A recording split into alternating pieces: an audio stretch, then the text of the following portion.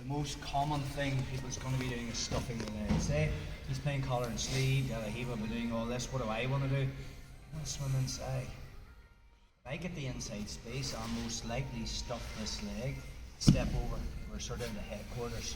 My goal now would be to find this, put my lat behind his leg, and then we're into like side smashes and folding passes, and then I can start to work windshield wipering.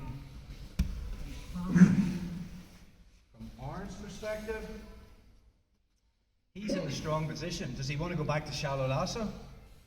No, why? Because this or this are the strongest positions for collar and sleeve. Does that make sense? But what if he's here and I happen to get inside the space? Now I'm there. If he doesn't react to this, I'm passing. So the second I get to there, for me to get my lat behind this, I have to get close to him. He takes out his De La Riva hook and puts in a shallow lasso. Can I get behind his knee now with my body? No. So that's the skill you want. You know, you just can't play. Too many people, they get into collar and sleeve, and no matter what their opponent does, I'm just determined to be doing this or this, and it doesn't change. But if Aaron stuffs that leg, it has to change. If I stay in De La Riva, it's no good to me. So I will try to wedge, but sometimes you can't, but that's definitely coming in.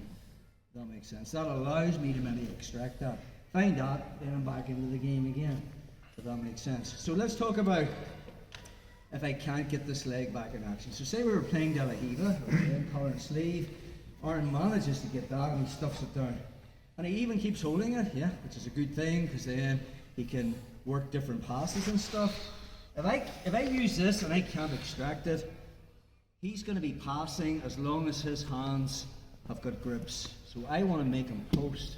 So from here, we are throwing in the shallow lasso. So our first pathway is, we find the collar, I just kick him in the butt. I want him to post with his hand. So it's just that. The minute he does, this foot comes back. Now I have the hip, and we're back into our whole game from there that we already covered. Omoplata and the triangle from foot on hip. Does that make sense? So, say we were playing our game. I was playing collar and sleeve with the De La Riva hook. More than likely, if he stuffs that and steps in. So the first thing is, I let go of the collar, I throw in the shallow lasso. I'll try the first move that we learned in week 1. I will use that as a pry to try and pull if I can get my knee towards me, even though Aaron still has the grip, I can find that. Then the foot's back in the collar and we're playing omoplata triangle game. If I'm here and I can't extract it, I find the collar. The longer he stays here, he's passing. I have to react. I just kick him in the butt as if I'm trying to overhead him. Watch what he has to do. He'll either face plant or he will post with his hand. The minute he does, now I put my foot on the hip. This comes back in if he hasn't pulled his elbow back, and now we're filling the space into the triangle trap, and we're looking for the triangle again. That's option 1. Option 2. Sometimes you're up against people with really good base and you can't make them post. So from De La Riva, we're here, playing collar and sleeve. Aaron decides to stuff this, steps in, and I'm here. I threw in the shallow lasso and tried to kick him in the butt, but maybe squatted down and I just feel I can't do anything. So from this position, I'm going to let go of the collar and find the other collar. I take out the shallow lasso and I bring my foot underneath and I put in a spider hook. Notice the way I've created an open elbow on his right elbow. And now from that position, I just kick him in the ass, but I use this to push Aaron forward. That gives me a lot more of a lever. I'm also pulling with my collar. And now from there, foot's back in, we're here. Maybe this time I choose to go into my own plan. Setup, which we covered. Again, one more time on that. So we're playing De La Riva here. Collar and sleeve. playing the game, Orange stuffs this down, and I feel, maybe I tried the first one, shallow lasso, come in, maybe squatting down, so his hips are very low compared to where mine is.